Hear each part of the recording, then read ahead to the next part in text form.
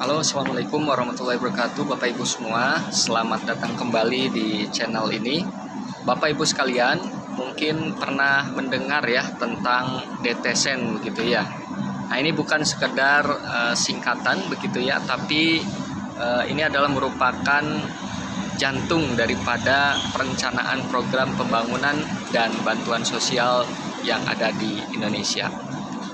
Jadi DTSEN ini, Data Tunggal Sosial Ekonomi Nasional, adalah merupakan hal yang sangat fundamental begitu ya, agar bantuan menjadi tepat sasaran dan pembangunan juga bisa terukur serta berkelanjutan begitu ya, Bapak Ibu sekalian. Nah, apa sih sebenarnya DTSEN itu ya? DTSEN ya, atau kepanjangan dari Data Tunggal Sosial Ekonomi Nasional adalah basis data tunggal yang memuat kondisi sosial ekonomi individu atau keluarga di seluruh Indonesia gitu ya. Jadi basis data ini disusun dari gabungan 3 sumber data gitu ya. Ada data P3KE, Reksosek, dan juga DTKS ya, data terpadu kesejahteraan sosial.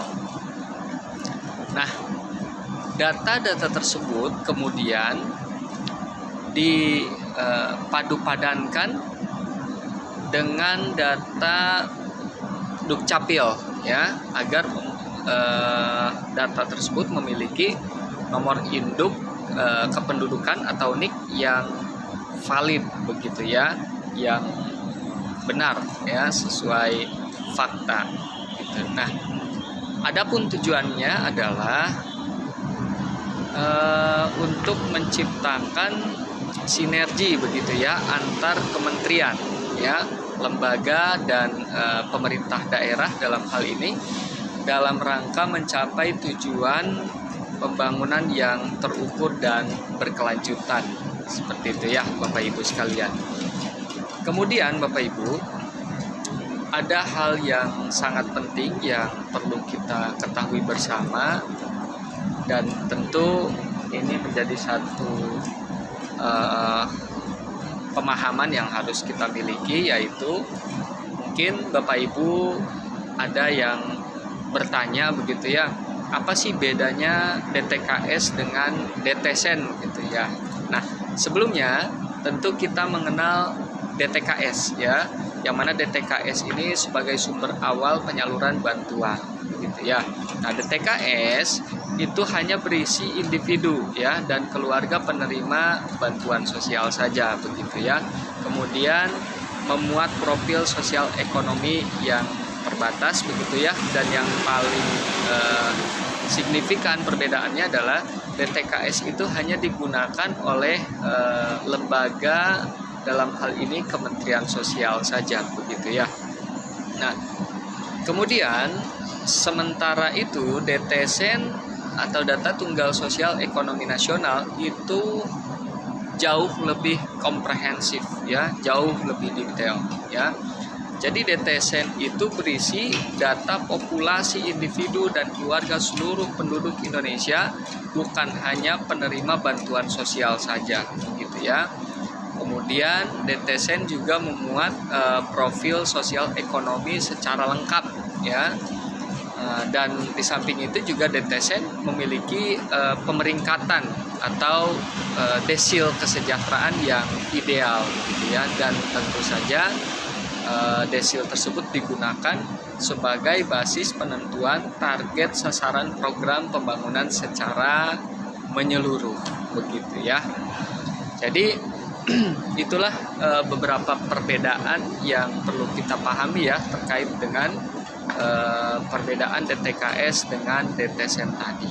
Nah, Bapak Ibu sekalian, proses integrasi ya dari DTKS dan Reksosek, tentu hal itu juga sangat penting ya, karena upaya itu diharapkan bisa meminimalkan kesalahan gitu ya. Nah, ada 2 jenis kesalahan yang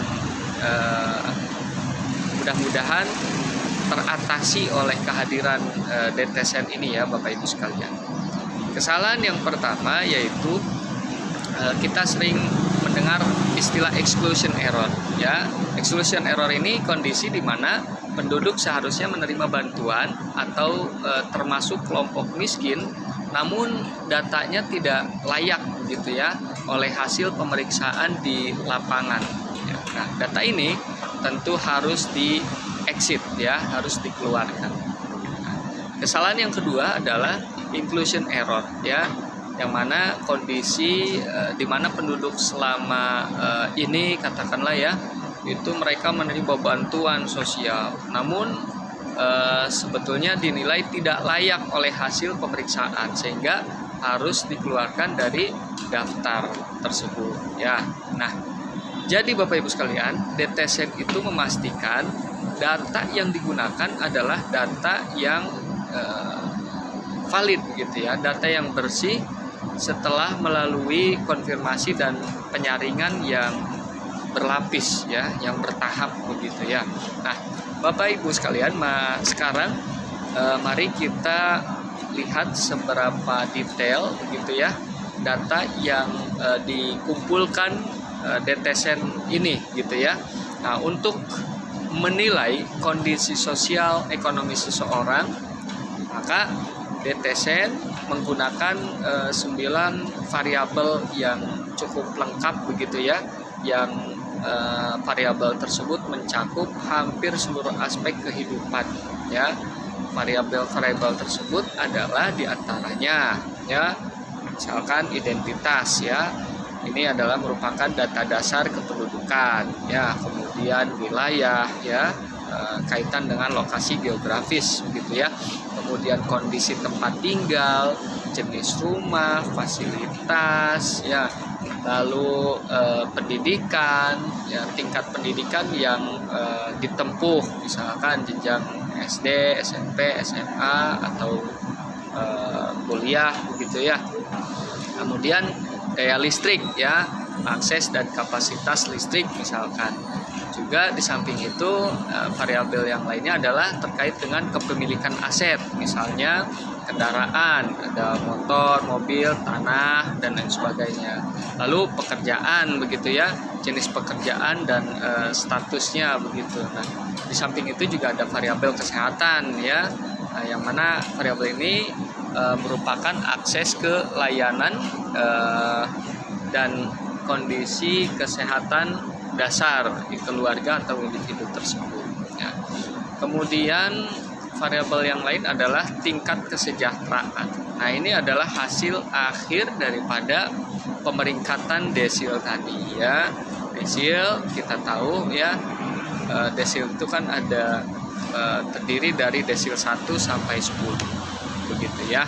Nah, semakin tinggi desilnya maka individu atau keluarga tersebut dianggap mampu, tapi sebaliknya semakin rendah desilnya maka individu tersebut dianggap kurang mampu secara ekonomi ya, secara kondisi ekonomi sosialnya bisa saja berada di bawah garis standar begitu Bapak Ibu sekalian. Nah, barangkali itu ya gambaran utuh mengenai DTSN ya, data tunggal sosial ekonomi nasional.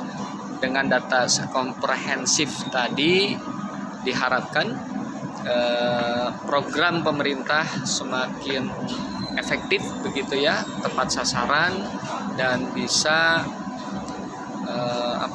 membawa Indonesia menuju pembangunan yang lebih baik begitu ya.